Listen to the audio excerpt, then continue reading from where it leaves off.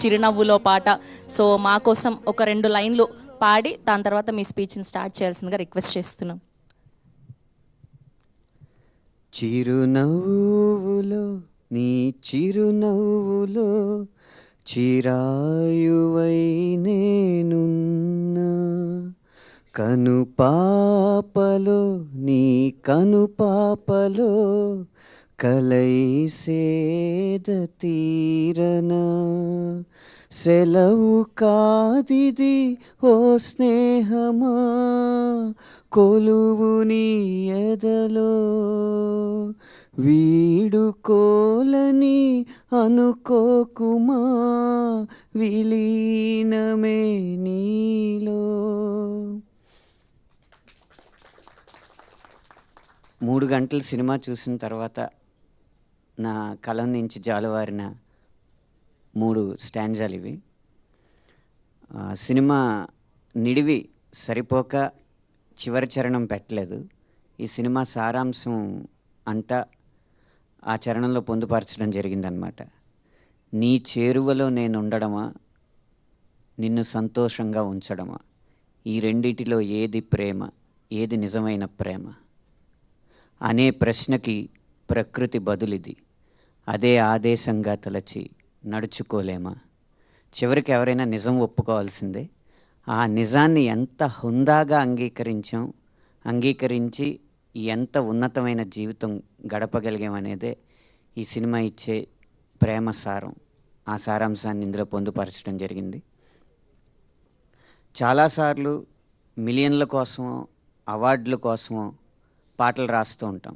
ఈ సినిమాకి మాత్రం సినిమా కోసమే పాటలు రాసా.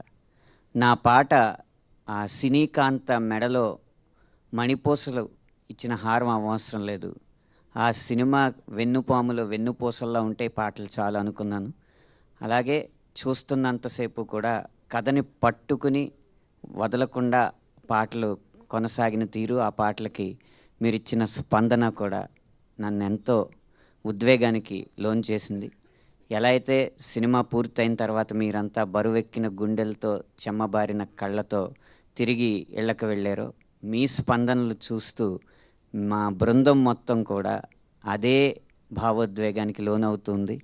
ఈరోజు ఆ బుక్ మై షో యాప్లో గంటకి ఎన్ని టికెట్లు అన్న గ్రాఫ్ అలా పైకి వెళ్ళే కొద్దీ మా కళ్ళంట నీళ్ళు అలా కిందకి జారుతూనే ఉన్నాయి. ఇంత మంచి సినిమాని ఆదరించినందుకు మీ అందరికీ శతద కృతజ్ఞతలు తెలియజేసుకుంటున్నా.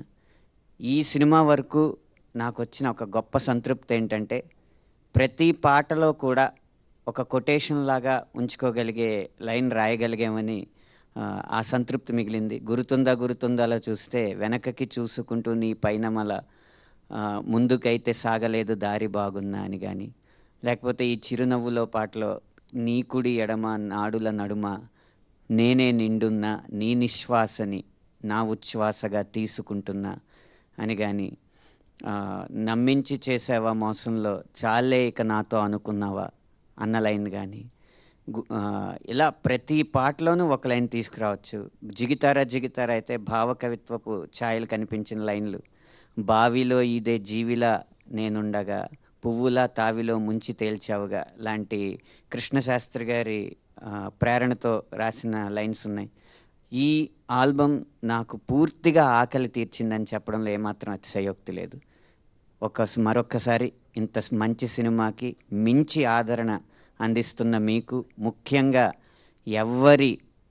ఎవ్వరి విశ్లేషణలు పట్టించుకోకుండా మా భావోద్వేగాలకి మేమే విలువిచ్చుకుంటామని చెప్పి ఆడవాళ్ళందరూ కదిలొచ్చి కోట్లు థియేటర్లకి గుమ్మరిస్తున్న తీరు చూస్తుంటే, ఒక్కసారి ఆడవారిని నమ్మితే ఆదిపరాశక్తి కూడా ఈ సినిమాని ఆపలేదు అని నిరూపించారు.